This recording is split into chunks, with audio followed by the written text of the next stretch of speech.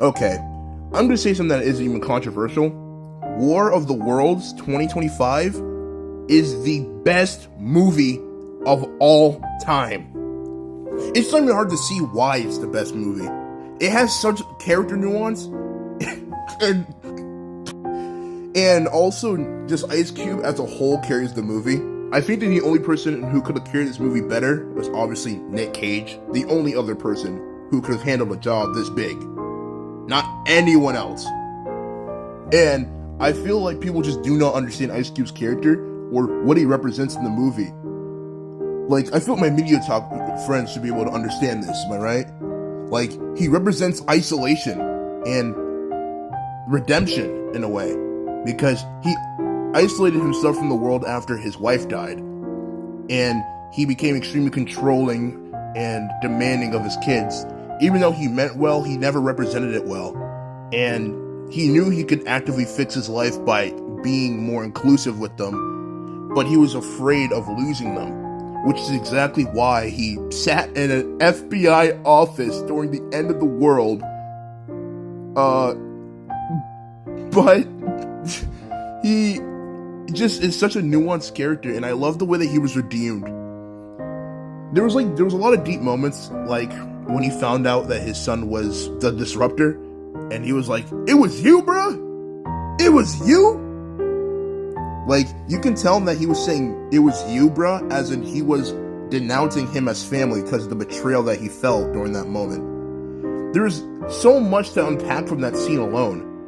Like, he could have said, before that, he was calling his son by his name. He was saying, he was just calling him son in general.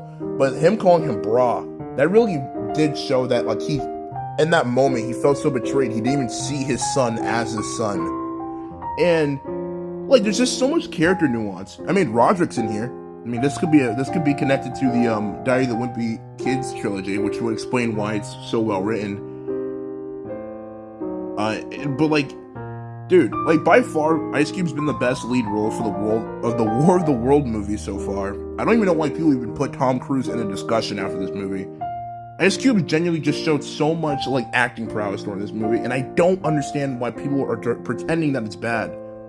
It's gonna be one of those cult classics in, like, probably, like, 50 years, where, obviously, he is gonna be the most beloved actor and well-respected. Like, people are just not gonna be around to understand that.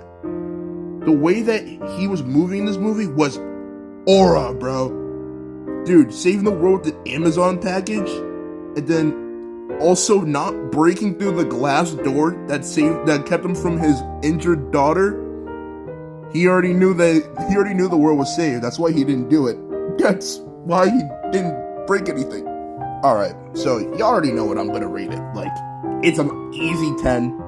The amount of nuance and character-driven moments throughout this movie, and the amount of intimacy that you have with Ice Cube, I should have said intimacy, is very, very powerful, because the fact that it's all on a webcam, you can literally see every action he does to try saving the world. It feels like you're trying to save the world, and it feels like you're afraid with him. He doesn't know what's going on, so you don't know what's going on. You're figuring out things alongside him, and you're doing it with him in real time.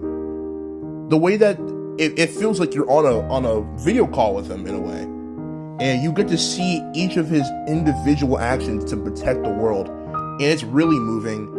And I wish I could rate it higher, but, like, I really recommend you watch this movie, because near the end it brought me to tears, where his son didn't even actually die, and he was just like, wow, this really was a War of the Worlds. Wow. Oh my god, Jesus. I actually really love this movie. Watch it, please.